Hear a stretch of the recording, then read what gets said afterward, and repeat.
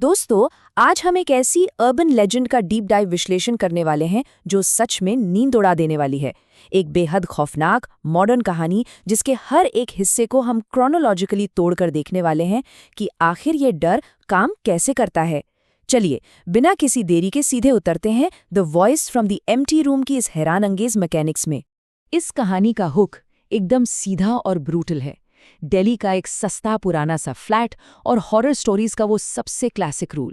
एक ऐसी जगह जहां आपका जाना सख्त मना है। रूल बहुत सिंपल था, रात 2 बजे के बाद स्टोर रूम मत खोलना। आमतौर पर ऐसी शर्तें सिर्फ एक वार्निंग लगती हैं, लेकिन यहाँ ये एक ऐसी भयानक लकीर बन जाती है जिसे पार करने का अंजाम कोई सोच भी नहीं सकता। और ये कॉन्ट्रास्ट देखिए कितना जबरदस्त है। हमारा मेन कैरेक्टर अयान शुरू में इस वार्निंग को एक हार्मलेस सा मजाक समझकर हंस देता है। उसने इस नियम को बिल्कुल लाइटली लिया। लेकिन वक्त बदलते देर नहीं लगती। जब सुपरनैचुरल रियलिटी सच में उसके सामने आती है ना, तो वही ओवर कॉन्फिडेंट अयान डर के मारे कांपने लगता है और दिल की धड़कनें तेज हो जाती हैं। ये शिफ्ट ही इस कहानी में डर की असली बुनियाद रखता है। तो आइए इस पूरे घटनाक्रम की एक टाइमलाइन बनाते हैं। टेंशन को बिल्कुल मेटिकुलसली बिल्ड किया गया है। 2 साल पहले की बात है। अयान इस सस्ते फ्लैट में शिफ्ट होता है। शुरू की 3 रातें बिल्कुल नॉर्मल, एकदम शांति। लेकिन जैसे ही चौथी रात आती है, सब कुछ बदल जाता है। ये वही रात है जब एक ऐसी अनोमली शुरू होती है जो आज वर्तमान में भी एक रिपीटिंग साइक्लिकल श्राप बनी हुई है। शांति से शुरू होकर खौफ तक का ये सफर बहुत ही कैलकुलेटेड तरीके से डिजाइन किया गया है।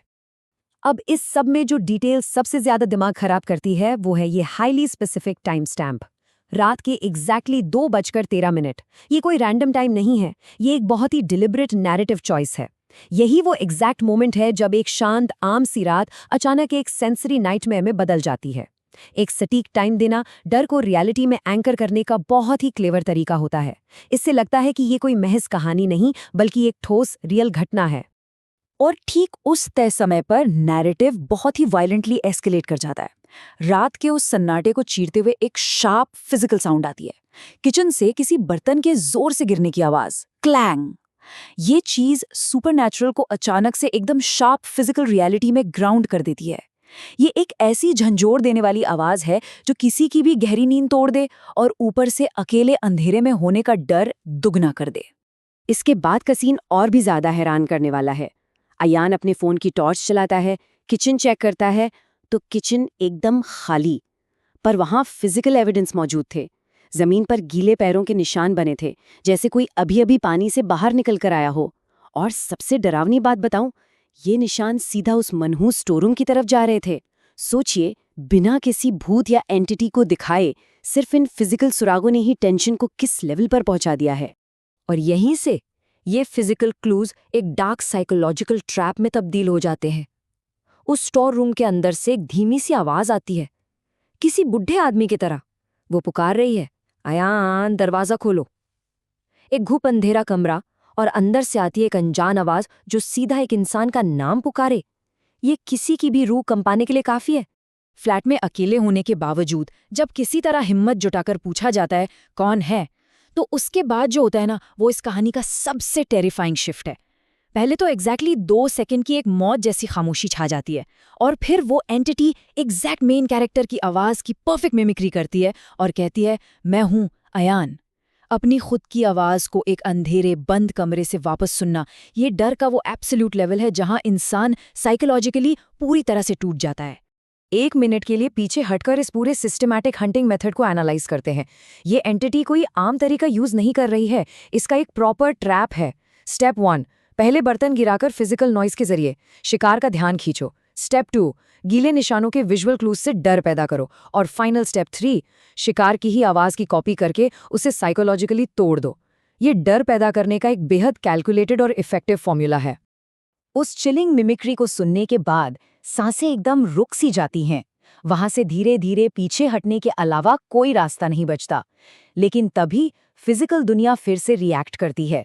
आवाज आती है, टक टक टक। उस स्टोर रूम का हैंडल अचानक अपने आप जोर जोर से हिलने लगता है।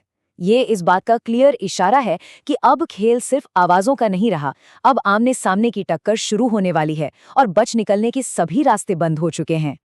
और ये सब कुछ सीधा एक प्योर क्लाइमैक्स की तरफ बढ़ता है, जहां विजुअल हॉरर अपने बिल्कुल पीक पर होता है। दरवाजा आहिस्ता से खुलता है, अंदर पिच डार्क अंधेरा है, लेकिन उस अंधेरे के बीच दो चमकती हुई आंखें साफ साफ दिखाई देती हैं। सबसे अननेचुरल और डिस्टर्बिंग डिटेल ये है कि वो आंखें नीचे की तरफ झुकी हुई हैं, बिल्कुल जैसे कोई इंसान छत से उल्टा लटक रहा हो। ये एक ऐसी अनकैनी विजुअल इमेज है जो दिमाग से कभी नहीं निकल सकती। अब वहां से जान बचाकर भागने की अफरा तफरी मचती है और तभी एक अनएक्सपेक्टेड ट्विस्ट आता है, एक brilliant modern found footage twist. Smartphone पर अचानक एक नोटिफिकेशन फ्लैश होता है, वीडियो रिकॉर्डिंग सेव्ड। ये सच में एक बेहद सरप्राइजिंग टर्न है, क्योंकि उस डर के माहौल में किसी को याद ही नहीं था कि फोन की रिकॉर्डिंग चल रही है। अचानक से पूरा नैरेटिव पलट जाता है और एक सॉलिड प्रूफ सामने आ जाता है। कांपते हाथों से जब उस वीडियो को ओपन किया जाता है तो टेंशन अपने बिल्कुल एक्सट्रीम पीक पर होती है।